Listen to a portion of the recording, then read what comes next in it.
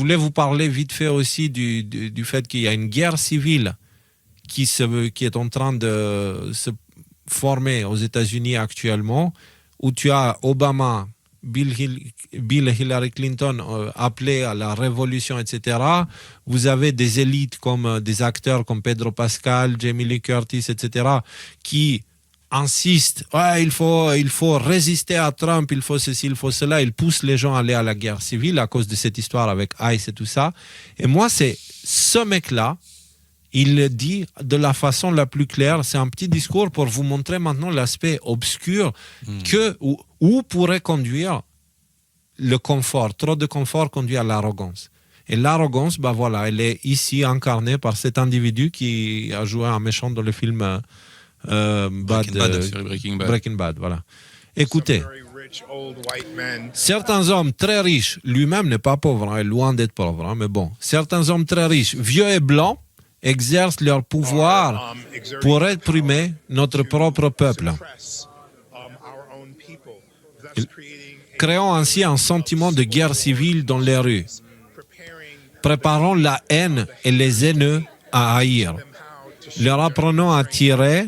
Ils ne sont même pas correctement formés, d'ailleurs, pour tuer, c'est lui qui l'a dit.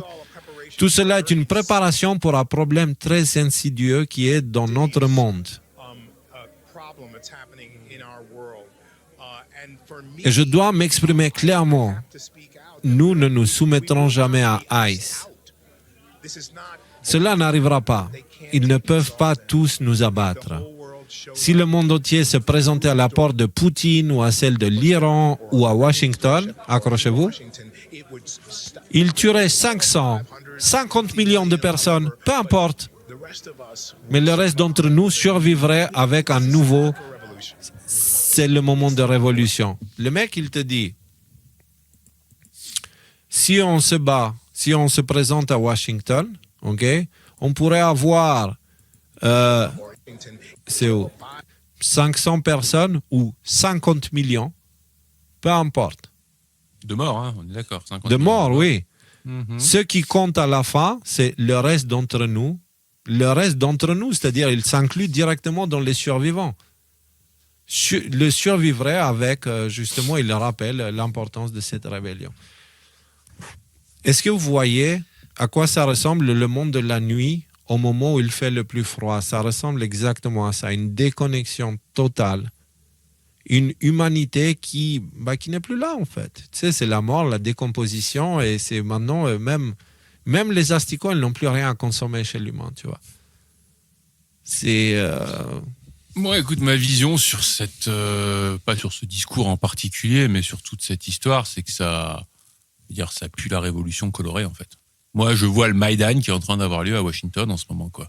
Et ce type-là, je suis pas sûr qu'il pense vraiment ce qu'il dit. À mon avis, soit il a reçu un billet, soit une menace pour lui dire tu vas dire un truc contre Trump et contre ICE, et c'est ça qui est sorti comme ça. C'était pas l'idée. Si on entre dans le sujet, moi j'ai des trucs, ça se passe au même endroit où il y a eu George Floyd. Et en gros, George Floyd, c'était le test et la préparation, et on mesure, et maintenant, on fait la vraie guerre civile. Oui. Non, mais le pire, c'est que c'est plus cynique que ça.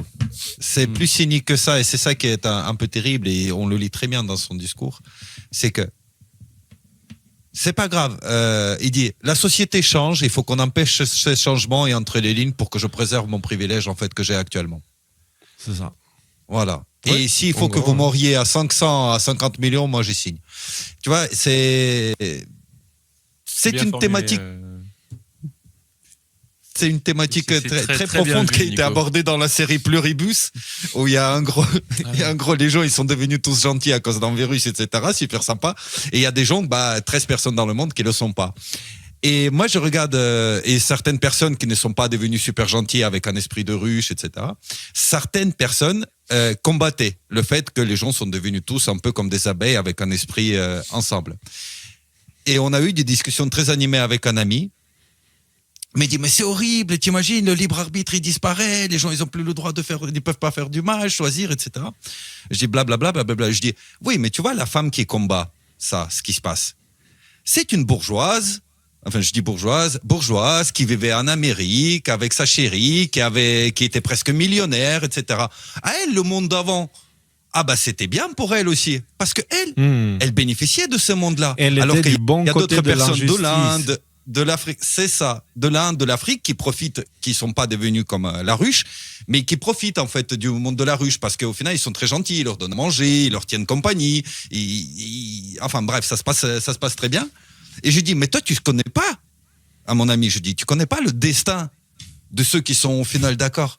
Si le mec il est né dans un bidonville d'Afrique, paumé, il a vu ses parents ou sa famille mourir à cause d'une maladie complètement stupide, juste parce que par manque de soins, Emporté par Bill Gates.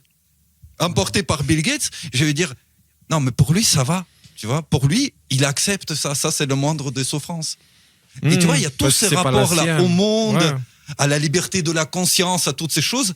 Moi, je trouve qui est réfléchissable en fonction de d'où ils viennent les gens et d'où ils parlent. Tu vois. Tu sais quoi, je suis d'accord avec Nico dans le sens où il n'y a pas beaucoup de choses qui élèvent, qui passent à la télévision. Moi, cette série Pluribus m'a donné beaucoup à réfléchir. En plus, c'est extrêmement bien filmé. Et il n'y a pas de gore ou de violence ou de choses comme ça. Donc voilà, moi, je recommande très, très, très, très chaudement cette série.